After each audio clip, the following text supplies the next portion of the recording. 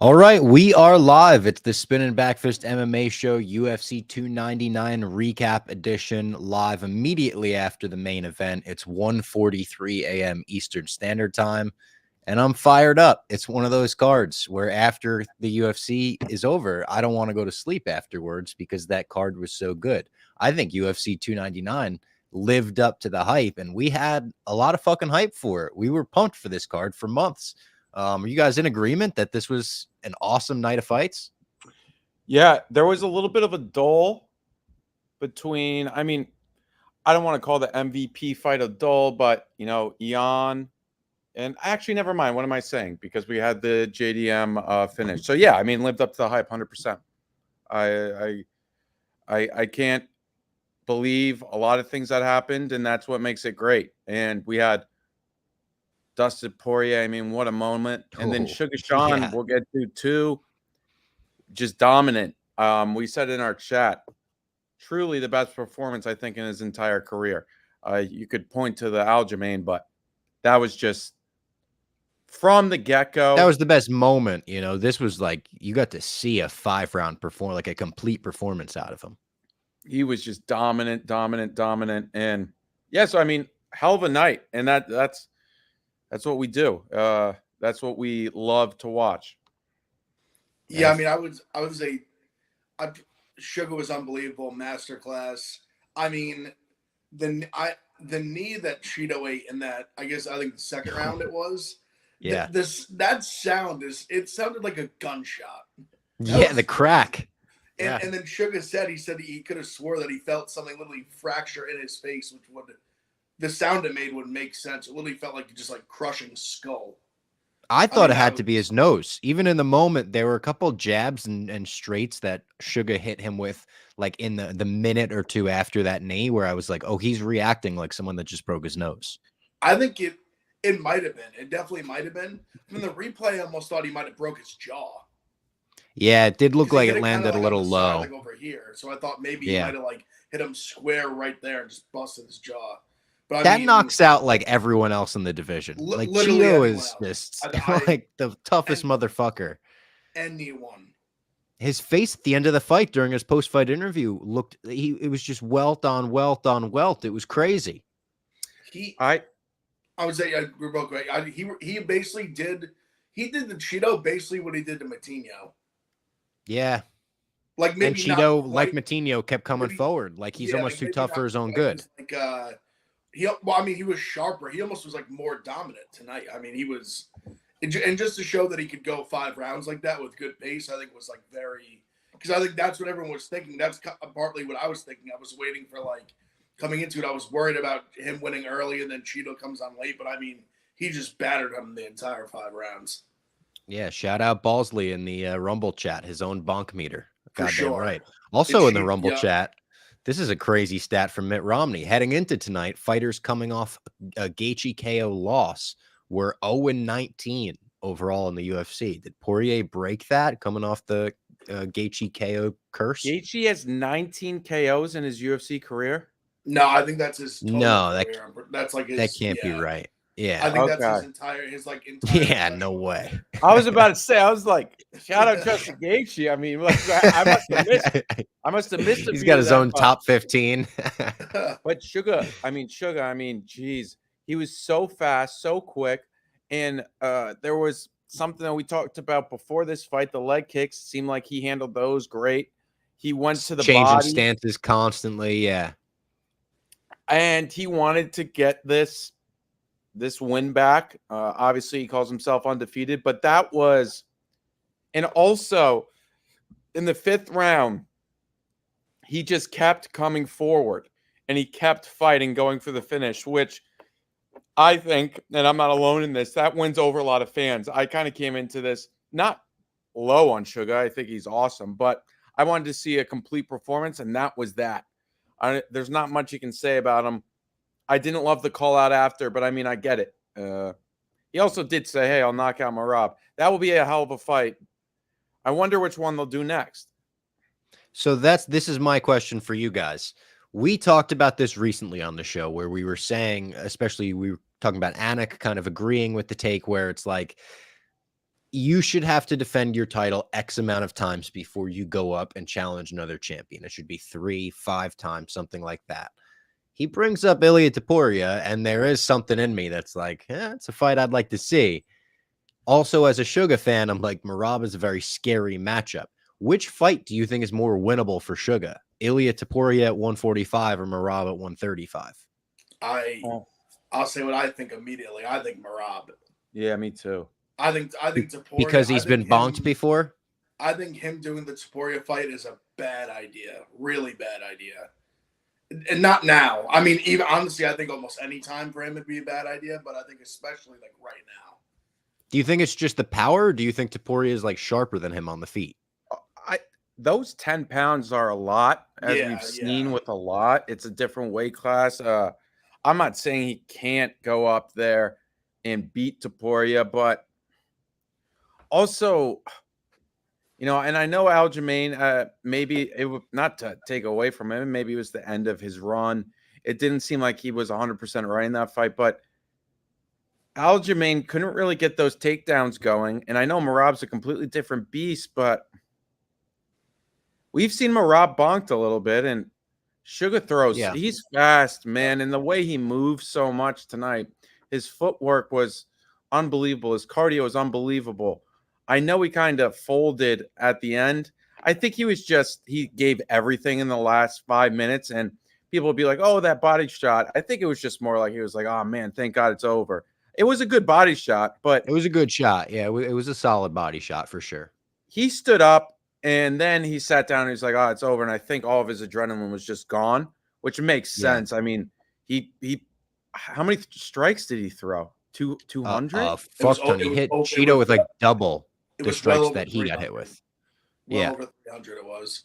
Yeah, I mean, I agree with you, Jack. I think he was like hurt, but if there was like 2 minutes left in the round, like it wasn't like he would have went down. Like he would have gone down. I don't.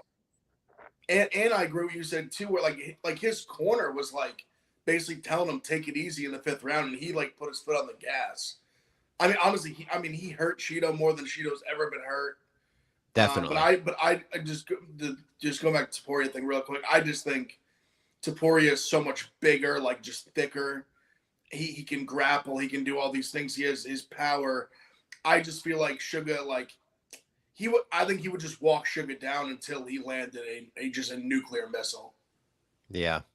I think that size is big, especially when you're like the lower weight classes. Going up 10 pounds is a lot. And Topuria, I mean, I'm intrigued by it, but I would rather see Suga stay in this division and face Merab. I mean, Merab is, as far as like deserving contenders, it's Bilal and Merab.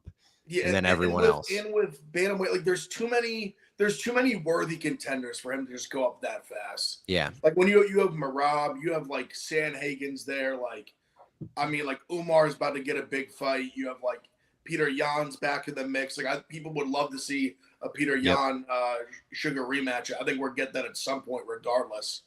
But there's just too many worthy contenders that like deserve shots to go up. He's only defended once. You got your defense against like your rematch against like the guy who was no one thought like deserved it on merit. You got to fight some of these guys that deserve it first. Yeah. He also Ilia has Ortega, I think. I mean, like do that in Spain. It's kind of a Spain-Mexico thing. It'll just be that would be awesome. It'll be perfect. And then you have Merab versus Suga, and then after that we can reassess.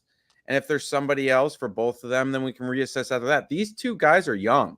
This isn't a, man, we need to see this right now. Yeah. It's all right. Like both these guys, in my opinion, obviously both of them play up their persona and like the fame, but they're fighters. They're guys that want to fight, and they're going to continue to fight. So I don't, maybe it's just like something they kind of just build throughout, but I don't want to see it next.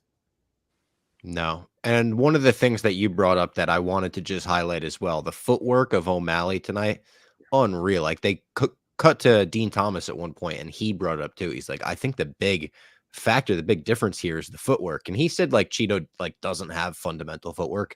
I disagree with that. I think he has fundamentals, but like it was levels above for O'Malley. The way he was switching stances tonight, basically neutralized the lead leg kick. And he just looked the best he ever has. Like, this is the kind of performance that we saw out of, and this is a big comparison coming from me, it felt like a 145 McGregor performance in a lot of ways, where it was just like he had nothing for him. The power was very scary, where Cheeto was biting on every single feint O'Malley threw.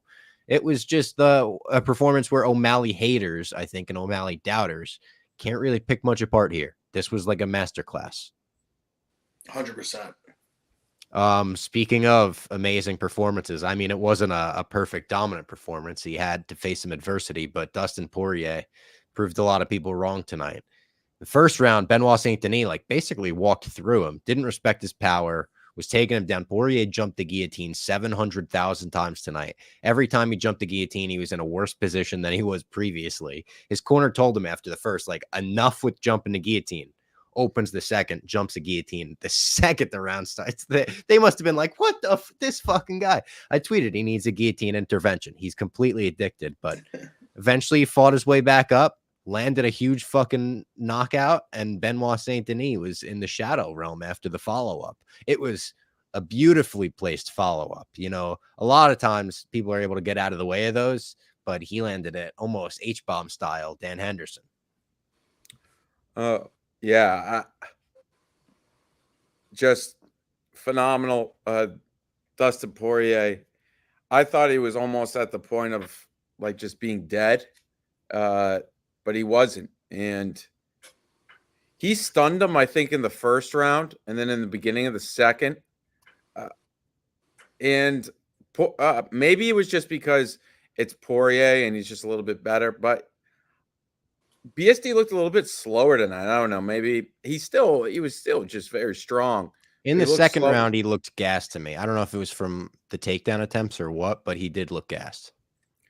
Yeah, and so that's where we're at. But Dustin Poirier, I mean, I was thinking, geez, obviously he's had some tough losses, but you could put together a highlight reel of him, one of the best highlight reels in UFC history. Just unbelievable knockouts. He's beaten some of the greats, and through now the years too. He's been around for 10 years at the top. Yeah, exactly. That knockout on McGregor in the second fight was unbelievable. Yeah. And then this one, those two, that's just sometimes there's levels, and that was levels. And I mean, I paid for it. I really thought Saint Denis. I mean, to be honest, like it felt like Saint Denis had him multiple in the first. I mean, even halfway through the second, yeah. Like I was like, oh, this is an easy win for Benoit Saint Denis. He's exactly who we thought he was. He's the fucking French Terminator. But he wasn't. That's Dustin Poirier though. Apparently he's bonkable. Yeah, he's on the bonk meter. Yeah, what a performance. And we'll look back. Yeah, it's just what a win. Like that, you're right. The shot that knocked him out, and then the follow-up, I think it really put him to sleep. Like it was perfect. And it wasn't like this rep was coming in, but he had to throw it. Oh yeah. Yeah, I mean the McGregor knockout will be like his like greatest highlight, but that was like, regardless of like fighter person, that was his best one tonight. I mean, that was vicious. I mean, it's weird because Jackson levels, and part of me was like, because I was like, was it though? Because he was winning basically until the moment he wasn't. But I mean, he just is so. He's a dog. Like he's just a guy like you. In hindsight, it was one of those things. It was basically my biggest fear came to life, because I remember even when I was talking to Rivola when that fight got booked, I was like in the Moises fight, he was just he walks forward so recklessly, like he just has so much confidence in himself. He gives his opponent no respect, and you just can't give Dustin Poirier no respect with his hands, because even early, like you said, like mentioned it, like he got touched like a couple times. He just walks forward with his chin just right up in the air because he just has no fear. And then that right hook was just an absolute missile. I mean, what do you do with him next? And that was what he did. I mean, you have to put him out cold. He just has such a motor. Yeah. What do you think they do with Poirier next? I think. What about so? This is like the only guy at the top that I was thinking that he hasn't really fought is like Dariush. I mean, that'd be great. Yeah.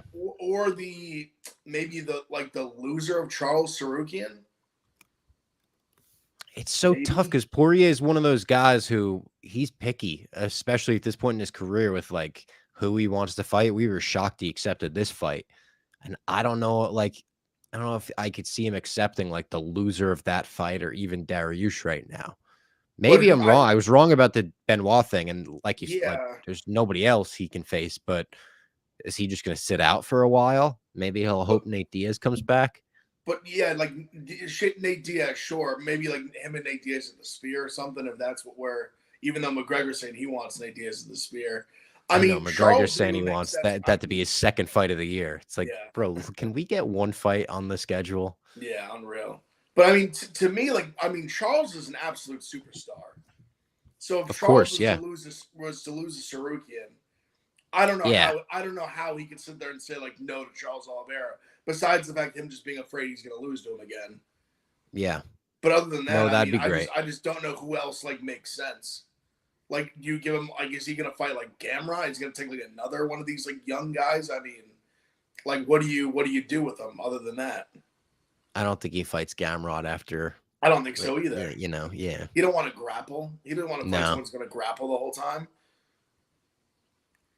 Well, yeah, he's in a weird spot. If you know, I know this is crazy, but like if McGregor knocks out Chandler, you could run that back. Totally. I put that in my blog. I think people were upset about it, but I said like that rematch is forever looming. Forever. Yeah, like he could be 50 years old and they might rebook a rematch between those two. Yeah, and that's just there's bad blood there forever, and I'm sure, and I know Dana would love it. I know Poirier would love it, and I think McGregor would love it as well. So, guys, we just lost an hour. Breaking news: we just lost an hour. I just looked up at the clock. It's 3 a.m. 3. Yeah. Hopefully. Yeah. Hopefully. I didn't realize that was happening. I looked up. I was like, we've been live for an hour and a half. What the fuck just happened? Hopefully, StreamYard like adapts to it. I think we're still alive. If we're not, so. Yeah. I don't think it was Y2K. I think it was just the clocks went up, you know? Would you rather? Oh, actually, never mind. I don't know if Dustin would want to deal with that. What about like bad blood? I don't see. It depends on what happens next month. What I mean, the Gaethje trilogy at some point would make sense. Yeah, they could run that bad. That's another one of those fights that I feel like is a forever. The UFC puts Gaethje Poirier on a bill. People are there for it. Nobody's complaining. Because maybe they would actually do that. Like if they go with the winner of Charles Sarukian like over Gaethje, or like or I mean, what if Gaethje if you were to lose to Holloway? I mean, yeah, that would be crazy. I mean, like the Holloway fan in me wants it to happen, but I do worry about Holloway at 155 after the first performance there. But oh my God, the UFC 300 commercial. Speaking of, fucking awesome. That like they started playing the Who, chills immediately. The shots of all them watching and everything. That's gonna be amazing. Also, just I mean, the card top to bottom is the best card. It's better than this card top to bottom. The closer we get, the more it's like, you know what, this is worth the hype. It's coming back around. Look at the prelim when they actually put it like on the screen. That was weird too, though. And they put the prelims on there. Yeah, like that prelim list just looks absolutely ridiculous. And Bo Nickel's not on it. Main event. Bo Nickel's on the main card.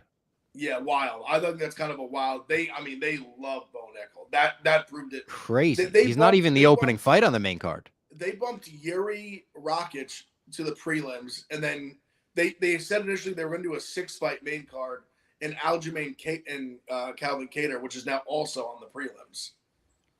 Like, and then what's bizarre? I thought that was a typo when I saw it, and I was like, that can't be true. And then there was never a retraction, so I assume it is. But like, and I love Bo Nickel. I'm like, not a hater by any means, but just like, what? Why? They're really trying to give him this bump. Yeah. And then such a Oh no, where are they gonna put Moicano Turner? They it's like kind of in the middle of the prelims. They put it Yeah. on the board. Yeah, it was like That was middle-ish, also like announced top tonight. middle. I like mean, top that's middle. a fight right there. Money Moicano on 300 that's a money decision. That's brilliant. That's a pay-per-view main card fight, in my opinion. Oh yeah, absolutely. It could have been on this main card, no doubt. Money Moicano. Kevin Holland and MVP. This is the most wrong I've ever been about a fight. I was massive unit whale play on MVP or on Holland, excuse me. I thought Holland was just going to be levels above MVP, and I'm an MVP guy too. Like, I don't want to say it was I was rooting for him in this fight. I was kind of like hedging against who I was rooting for here. But he looked fucking great. Like, he was frustrating the hell out of Holland. Holland could never figure him out. After the first round, Holland's entire body language was different. He was just like, I can't do anything against this guy. MVP messing with him, throwing from the hip, doing what he does. It was like, oh shit. All right, he belongs in the UFC. Let's get this Wonder Boy fight booked, because that's obviously what everyone wants to see. That was just a hell of a performance. It was almost a performance that's reminds you, hey, this guy's kind of, involved now.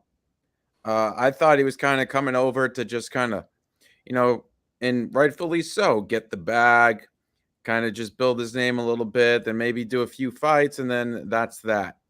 But no, I mean, how he looked tonight was phenomenal. His speed, accuracy, the way he throws is just different. He has different angles than everybody. It's insane. It's truly insane, and that's classic MVP.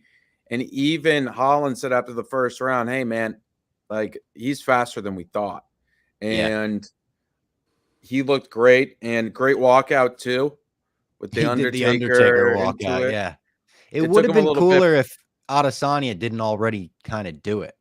Yeah. But that was, and he changed it up. He did the remix, the little dance version, which good on him for changing it up and not just repeating it. But when it hit, I was kind of like, oh, like, cool. But like, I don't know. Adesanya did this like less than 2 years ago. 100%. Yeah, he definitely looked way better than I thought. The Bellator debut fate has not been kind to me. I've gotten just bent over by them. I mean, I was big on Holland. I was big on Hooker against Chandler. I mean, what a mistake. He looked great. He looked really good. I'm really curious what they do with him now. Like, do they? Because I it's not to take anything away from his performance, but I just wonder if Holland was a good matchup for him, just in terms of a guy that like can't really like is not going to like really use, like, he tried to use the grappling because he just was so outmatched with the striking. But I wonder if they just like feed him to a grappler here, or if they kind of try to keep him with guys that are going to keep it on the feet. I think you have to do Wonder Boy from here. Have to. You think so? It would make sense. It definitely would make sense. And Wonder Boy, it makes sense rankings wise. I think Wonder Boy's 8 or 9 right now, and Holland was 13 coming into tonight, right? Yep. There's so many possibilities. There's so many possibilities, like, to do with him. I mean, I'm even looking at. Adam says you could do Jack first MVP. I mean, I don't want. You could even. I'd love to see him one day against Ian Gary. Yeah. I mean, if they don't want to give him Wonder Boy, even a Jeff Neal could be a decent fight. But I feel like that would kind of, you want to use, there's some hype now with him. Especially after this card. This was a huge card to be a part of. For sure. And credit to O'Malley, and obviously Poirier was a big part of it as well, but they put some shine on O'Malley in the main event, being like, this is a fucking bantamweight main event, and it feels huge. It's got a big fight feel. This is like a superstar, no pun intended with the walkout song and everything. It's interesting though, because not to go completely back to O'Malley, but it's the fan reaction was weird. Maybe it was split, very, very split. I mean, based on Miami too. I think that was a big. Yeah. I think the geographical factor is huge for Cheeto. But it feels even on social media, it feels as if Suga's not as big as Maybe he's just more hated, but I mean that even may show how big he actually is. He has the Nelk audience too, which is huge. I mean, it was Yep. very funny. I mean, we're at 25 minutes in. This just shows how beat up I am about BSD, but we haven't even mentioned it was Trump, Dave, and then Yeah. like the Nelk boys were behind Dave Busting with and the boys. Busting with the boys, which was awesome. But it was funny. It was like I was during the O'Malley fight, you could kind of see Steve will do it going crazy. I saw But that as well. Yeah. When he rocked him at one point, he stood up like, go fucking get him. yeah. Also, yeah, Trump walked out and like made a beeline to Dave. It was like he knew where Dave was sitting. And it was funny as he walked in, I noticed almost everyone in the arena was standing up. Dave was sitting down. Dave had to like stand up to like shake Trump's hand. Trump like pulled his shoulder out of his socket. Jerry had a couple funny tweets about that. He was like, Dave just got bodied by Trump on the handshake. Like he pulled his shoulder out of his socket. But yeah, that was crazy. Yeah, but still, hell of a card in terms of just name brand. So I think that's big for MVP. Obviously, he's a huge name before already. But Yeah. you know, I watched it here at the office with some guys that work at Barstool, and a lot of them were like, I kind of know him, maybe, and not really, but now they do. And Yeah. that's just the difference with UFC. And no disrespect to Bellator, but it's just a huge platform. It's the world stage. Yeah. Gilbert Burns and Jack Della Maddalena. Oh, this was for Burns bettors just a heartbreaker.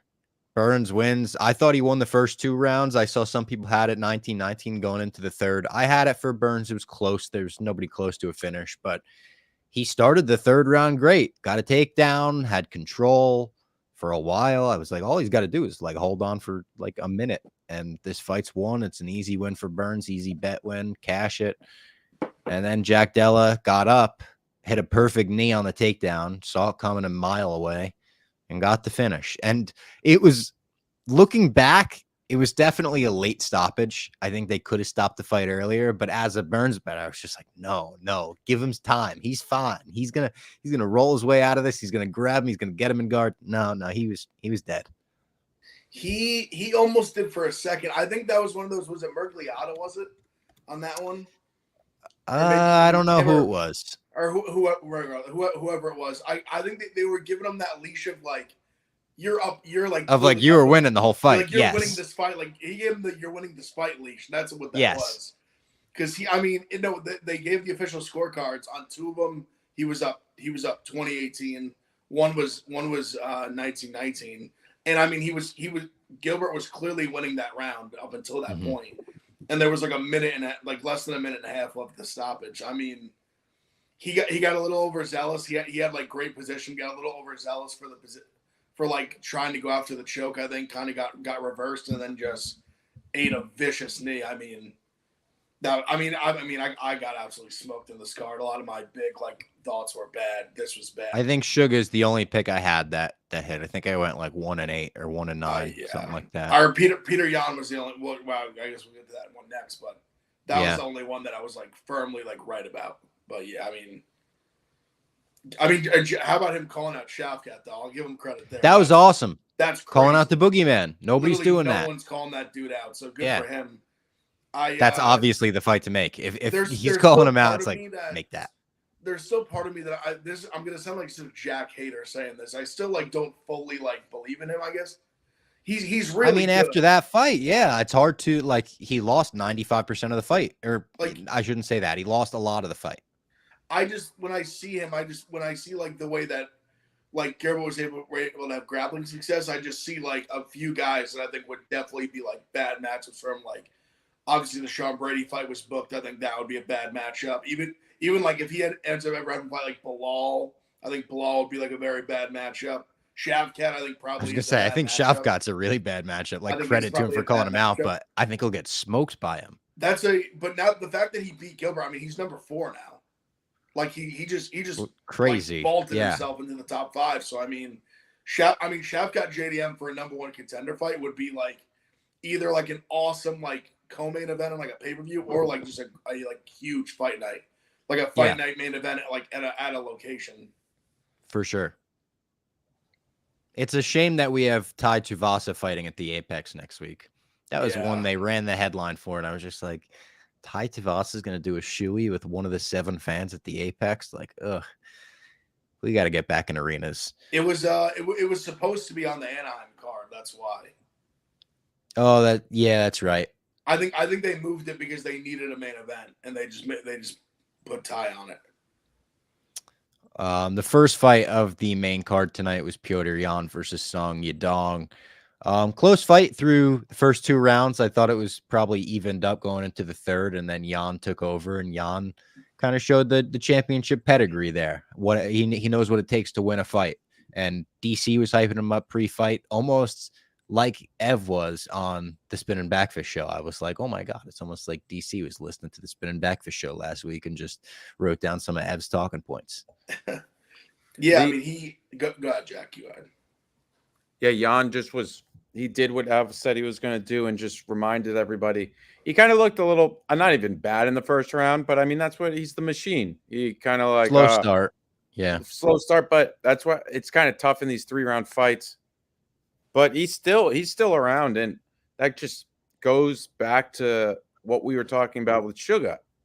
Why are you going up to fight Ilya? I know it's maybe the money fight, but why are you going up when there's so many guys? If Suga Sean clears out this division, he can. It would be a hell of a run, man. And I know he's already beaten Yan, but I mean, you beat him again. You beat some of these names that are up there. It's Marab. If you beat Marab, Yan, Sterling, and avenge your loss against Cheeto, and then even beat Uma, I mean, geez, it's crazy how get all the really is. The rubies for the belt, which has a Mexican flag in it. Did you guys see that? Yeah. Yeah. Why does he do that? He considers himself Mexican because his wife is Mexican, or his baby mom is Mexican. So his baby is Mexican, and therefore he's Mexican in his mind. He says he's the 4th Mexican champ because his baby's Mexican. So that makes him Mexican. You're raising a Mexican kid. Yeah. All right. I mean, also, it took Jack a second to get there in the head, but he said, all right after it. Also, I mean, the one you even say, too, is him versus Sandhagen at some point is going to be insane. Yeah. Sandhagen was there tonight. He got a pretty good pop from the crowd. Hotan got the best one. Yeah. Yeah. He's such a star, dude. He doesn't even speak English. And I mean that in like a non-disrespectful way. It's just, of course, he doesn't even need to. It's impressive how big a star he's gotten with his non-English ability. And his commitment to the bit on not smiling is chef's kiss. As someone that appreciates kayfabe and wrestling and the Undertaker staying in character forever, I never want to see that guy smile unless he's around Glover, and then it's okay if he gives Glover a new motorcycle or something like that. Prelims, Curtis Blaydes and Jailton Almeida. Crazy one. Almeida, good first round, picking Blaydes up, throwing him around like he's a sack of potatoes. And then he gets hit with 500 hammer fists in a row. And that was it. And Rogan, after that, I think we had the tweet about it. Rogan's like, did he get hit with an uppercut? Was it an uppercut? No, dude. Like, what? He got hit with 100 hammer fists. Not even close. No, yeah. Where was that uppercut he thought got hit with? Just death via mirage of hammer fists. 100 of them. It was the Travis Brown, Josh Barnett instead of elbows, hammer fists. I mean, Almeida was literally ragdolling him for a full round. I fell in between those rounds. I was like, oh, I'm so fucking smart. I'm like, people actually thought he wasn't going to be able to take down Blaydes. Whatever, just ragdoll him around the first round. And then, boop, boop, boop, boop, boop. It was one of those, he ate the first, he just was, the fact that even, the first one, he didn't react to it. I'm like, why is he not moving? Yeah. And then it was like a slow, oh my God. And then you see the one arm just start going limp, and you're like, oh no. Oh man. Yeah, he's so good, but I mean, Blaydes just has this you have to be like a power puncher to beat him, I guess. Yeah. He's proved the odds makers wrong time and time again in his career. It's crazy. Oh man. I mean, the amount of times, this one, I feel like a lot of people were at Almeida. I mean, he did. You think they would? You think after that, you think that's enough of a performance for him to get Aspinall? It depends on how the Jones Stipe thing shakes out. I think if it's really going to be a long time, I think they're make like an interim title defense with Aspinall and Blaydes. If if Jones comes back quick, I don't think he'll get that shot. It's tough because it's like, man, Sergey just destroyed him, but Sergey just lost. So what are you supposed to do? It's just like that's the name of the game. Yeah, I guess that is enough, right? Who else could it even be? Gone. Yeah, he said afterwards he ain't fighting Gone. Like Blaydes, like adamantly said in his post-fight presser, like why? I'm not gonna fight Gone. He said they tried to make that fight before. Gone said no, so now it's passed him by. He's like, I won't give it to him now. Blaydes doesn't. But he don't. Hold on, he doesn't make those shots. I know he doesn't call the shots like that. I was going to say, like, with all respect to Curtis Blaydes, like, if Uncle Dana says you're fighting Cyril Gane, like he's going to fight Cyril. You're fighting Cyril Gane. Yes, like that, I agree. If that's what they want, if that's what they really, I don't know if they'll want that. If they really want that, though, that will be what happens. I mean, hey, if they're going back to Paris in September. What do you think? Yeah. Not to go back again, what do you think they do with BSD after this? I don't know. What do you do with him? Like what that was a very weird, like just the way it all went down. Is it like he looked so good, but then also just getting like murked like that? Does Hooker have a fight? Oh, I love that. Jack, no, but that. Yeah, I like that. That's really not, good. I don't think, and I love that. And that's still Benoit fighting up in the rankings. That's an awesome fight. That's like I think that's like the perfect person to match him up with.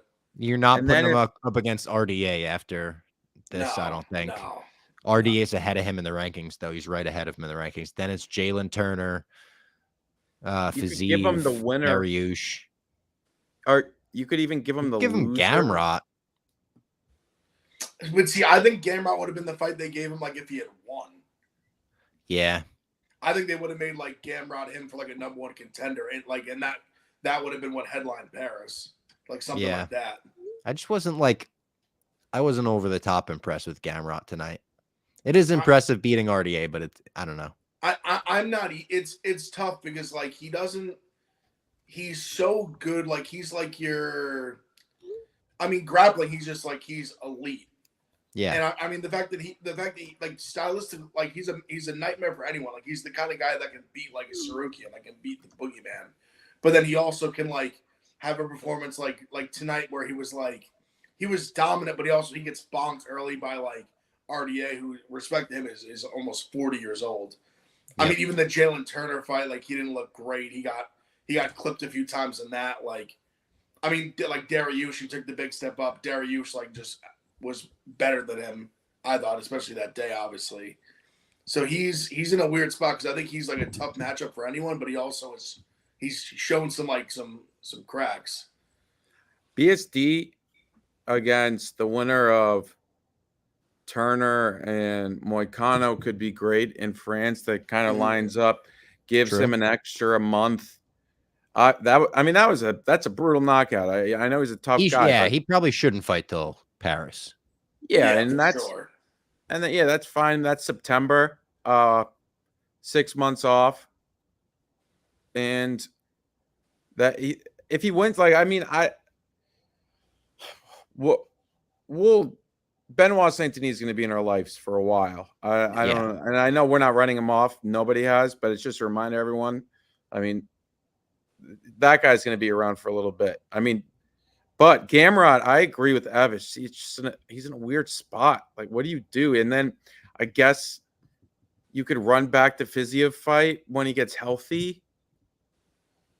Yeah, that would make sense. Yeah. It's a while, though. He tore his ACL. He's going to be out for a minute. I guess that fight was a while ago, but. And then, Dariush, killed him. Yeah. And then you go down to. I don't know what you do with him. Yeah. Do you give like Gamrot Dan Hooker? Like I don't really want to see that. I'd much rather see BSD Dan Hooker. That's a fucking fight. Yeah, that's like the second that left Jack's mouth. I was like, that's the fight. Yeah, that's a banger. That is an absolute banger. That's a fight on like a main card pay-per-view. That's like the opening fight, or maybe like the second one, but that's like the one you're like looking forward to, like the most. people's main event. Yeah, that's the one that you're like, oh, like that one's like can't miss fireworks.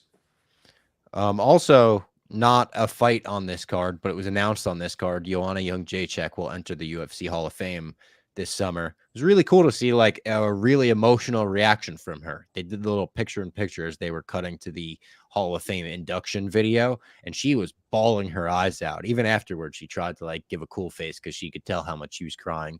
Obviously, legend. Loved how much they really highlighted the Zhang fight. One of the best fights in women's MMA history. Her head was a fucking mega mind hematoma at the end of it. Shout out Joanna Violence.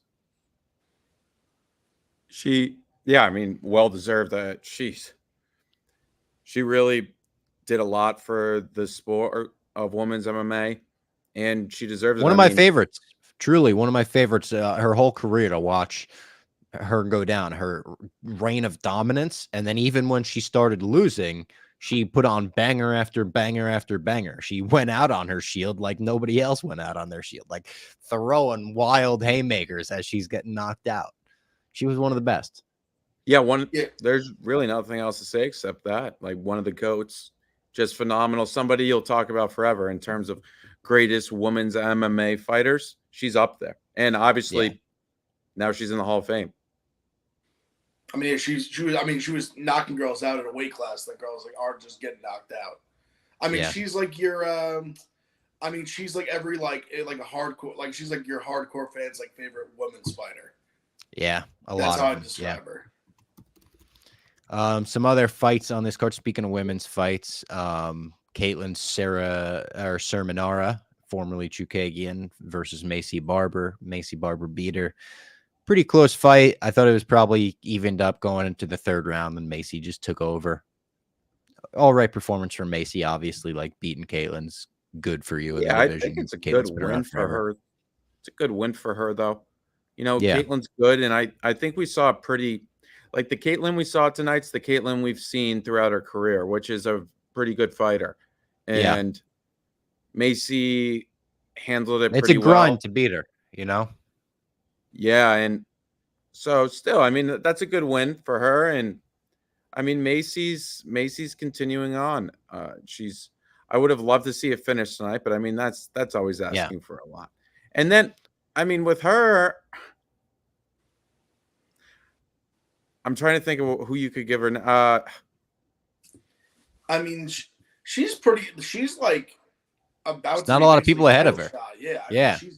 She's now going to be like top 4. I mean, I thought it was a good performance. I mean, she's pretty much the only person she's really lost to like recently was like Alexa Grasso. Yep. I mean, she's got to be like at worst like 1 away. I think she's probably 1 away. Yeah. I don't think she'll get a title shot off this, but what if she honestly, I think she should get the loser of Fior. Of Blanchfield, Fior. Yeah. Now, so they're running back. They're going to run back Valentina Grasso, right? Sounds like it. They're coaching Ultimate Fighter against each other. I would say it's basically for sure. Yeah. They're going to. So, I mean, like, actually, hey, shout out Chatbot Jerry in the Rumble chat. Just got back from the fights, and he said he saw Lee the other day. Oh, nice. Yeah. Lee was at the fights, by the way. Shout out Lee running social from the fights. He was up in the rafters. I tweeted we snuck him into the rafters tonight for fight coverage. He's probably at the presser as we speak. Yeah, phenomenal stuff from Lee.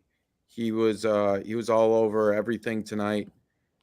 He watched the fight from Fort Lauderdale. Unbelievable. He was all the way. But no, Boca.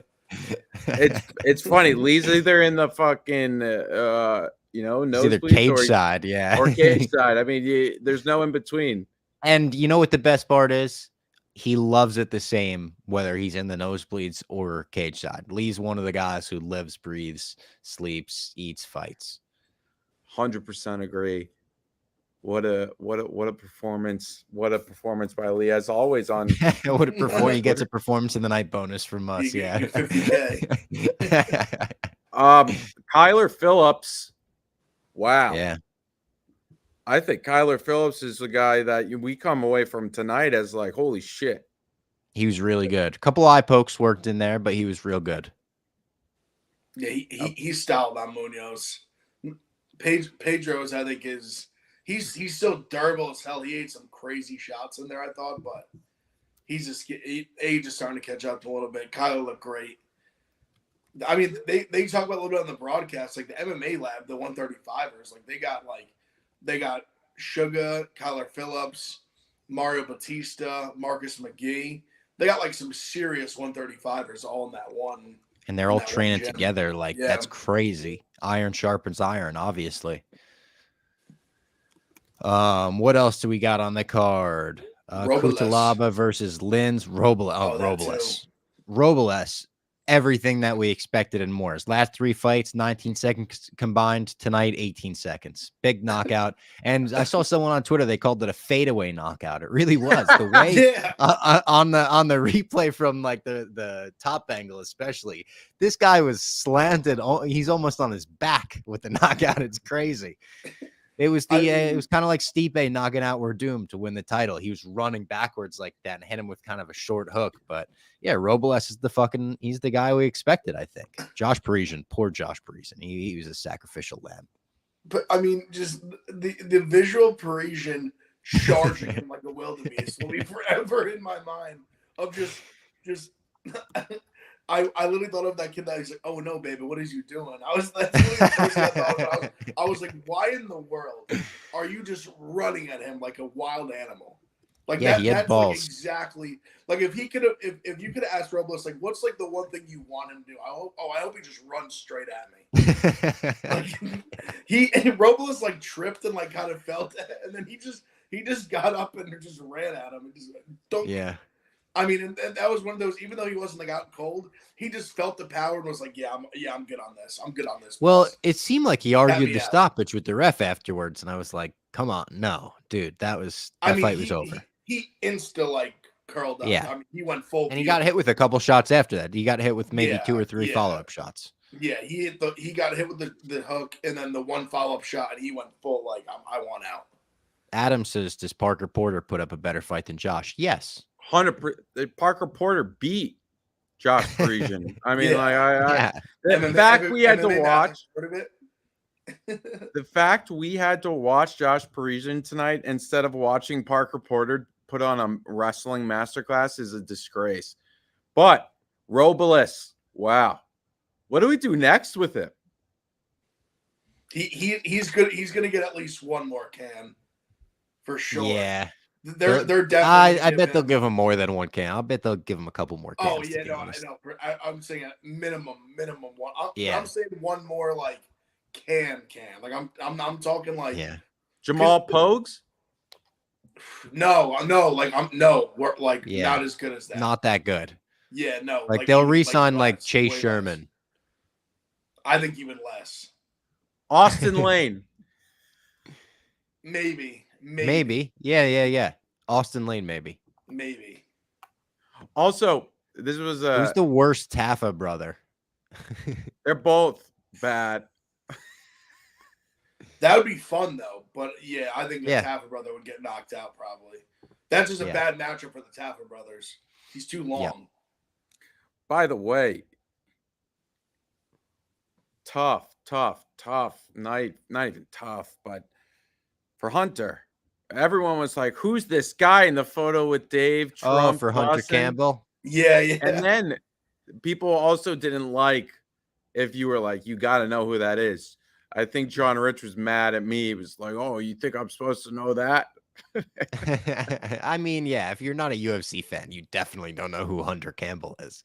You got to be a pretty fucking diehard fan to know who he is. But yeah, he snuck in there and everyone, I think nobody knew who he was. Yeah. I think a few people thought he literally was like a random dude that just like jumped in the back. He's with Dana like 24/7 now, especially with you see the Tunnel of Chaos videos. He's usually at the tables with Dana, and I love it. In all of the pictures, he's got 3 phones. Have you guys noticed that? He's like 5. Yeah, yeah, just phones in every pocket. He wears a fitted a lot too. I know. So I'm pretty sure he wears a Yankees fitted kind of often. A lot of hats. Yeah, he's cool though. I've met him a bunch. He's a really cool guy. Really nice guy. Yeah, he's. What else do we got? Oh, Michel Pereira. This guy's a fucking good fighter. Yeah. He's the move to 185 is a good idea. I think he looks very good at 185 for sure. It's the first time we saw him in a couple months tonight, but this is it 7 fights in a row for him now? Crazy.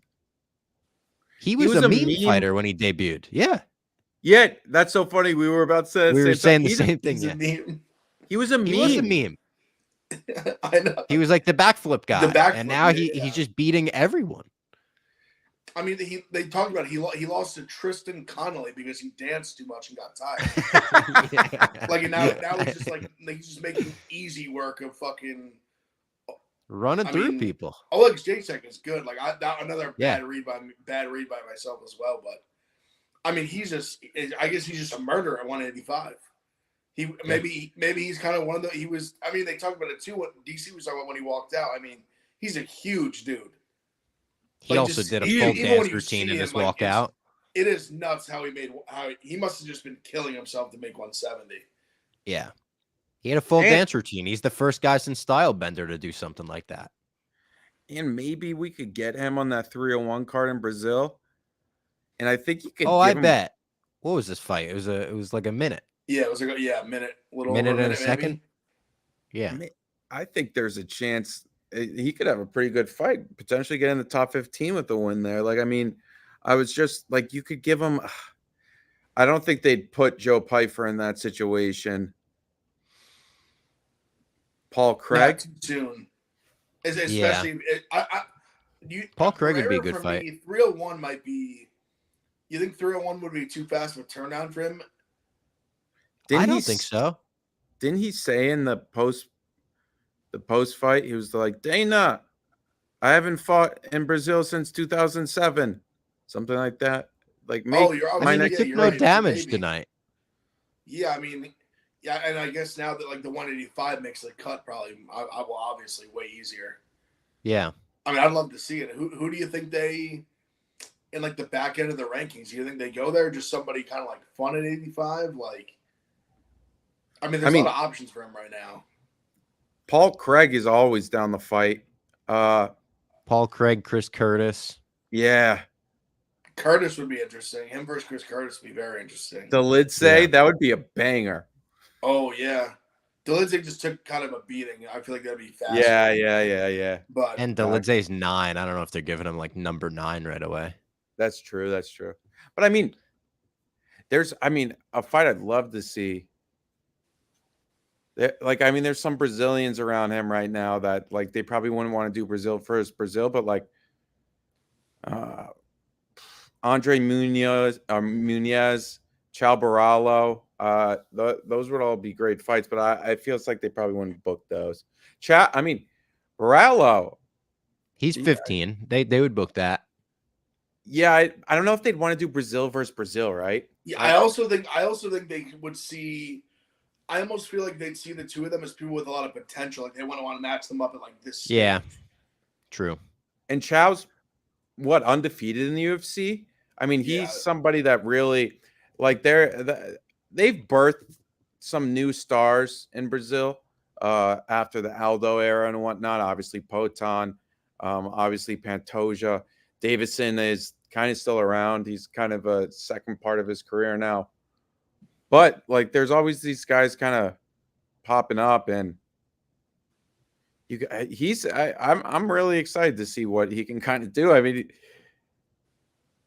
yeah, there's some great fights. Like even if he fought, I don't know if they'd want to do it because he is such a prospect. But Shera, the guy like the pirate, Oh yeah. Oh yeah, with the one eye. Yeah. The one That eye. actually would be. That guy's unreal. That actually would be like fun matchup wise. They're both like Yeah. kickboxer types. That would actually make a lot of sense. That's a good call. I can would see them love doing that. I would love that fight. Would be great, but who knows? Tell you who's real good is Almabayev. This dude's wrestling man. is unbelievable. He was able to get CJ Vergara to the mat in 0.2 seconds. He would shoot for a takedown, and CJ Vergara was on his butt before he knew what was happening. He to me gives me the vibes of like someone that's maybe not gonna like win the belt one day, but someone that's gonna like crack the top 15 and just like stay in the top 15 for like 8 years in the UFC. Yeah, like he'll That's be an the kind of issue feel- for a that's the kind bunch feel of he people. gives me. Like just gonna Yeah. he'll beat like a bunch of guys, a bunch of good guys too. Maybe not beat like and listen, he's young, so like it was funny they were joking about how he looks so young. He has 4 kids, but he's Yeah. someone I can see just like hanging around with the. I would think he probably gets like somebody in the back end of the top 15 next, or something. I think you're probably right about that. Who's there now in the back half there? I mean, you want to talk about a division that has a lot of prospects. It feels weird because we don't really know what to do at the top of the division right now at 125, but you're looking at 125 right now with Amir Abazi, Makayev. Kop's not really a prospect right now, but he's still coming up. Steve Urseg.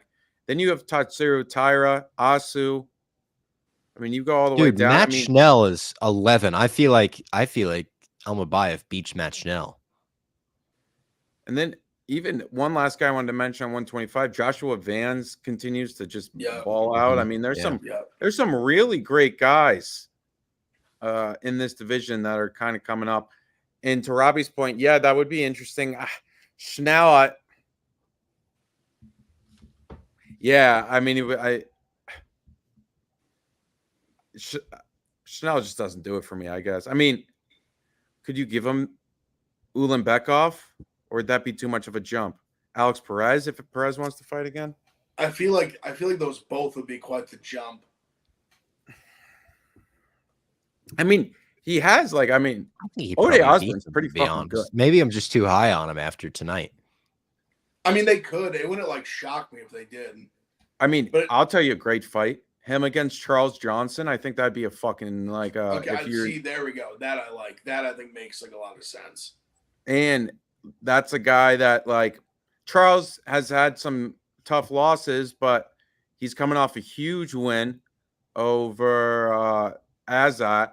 And maybe, Azat kind of is like a worse version of Asu. So that would be, I feel like that'd be a decent fight if you don't want to rush Asu. Maybe like Tyson Nam. Yeah. Something like that, maybe. That's pretty much it from 290. Joanne Wood got she got a decision win in her retirement fight, spinning back fists. Shout out to us. It's wild. Yeah, it was wild. When she hurt Miraz, Joe Rogan let out one of his biggest O's I've ever heard him give. It was unbelievable. He was oh man, he really did. Man, yeah. DC had a funny line at one point too tonight. I forget what it was, but he fucking screamed something it was just like, why did he scream that? The guy liked commentary tonight.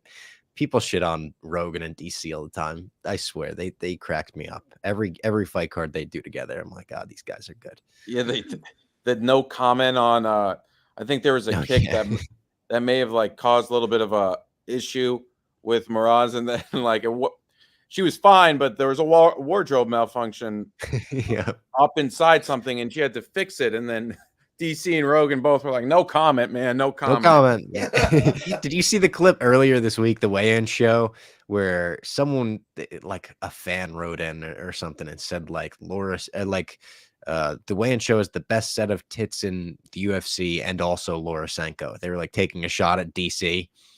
DC started laughing, and they're joking about Laura Senko being attractive, and DC deadpan just goes, I don't find Laura Senko attractive at all. It was so funny, man. It was DC funny. is the man. after him calling her, he said, "You're a beautiful woman." Yeah, and Not, then I'm he's just like, not attracted to you. I don't find her attractive at all. Yeah. It's good stuff. All right, guys. That was the UFC 299 live recap. It's 3:43 in the morning Eastern time. We lost an hour mid-show. Took you through it.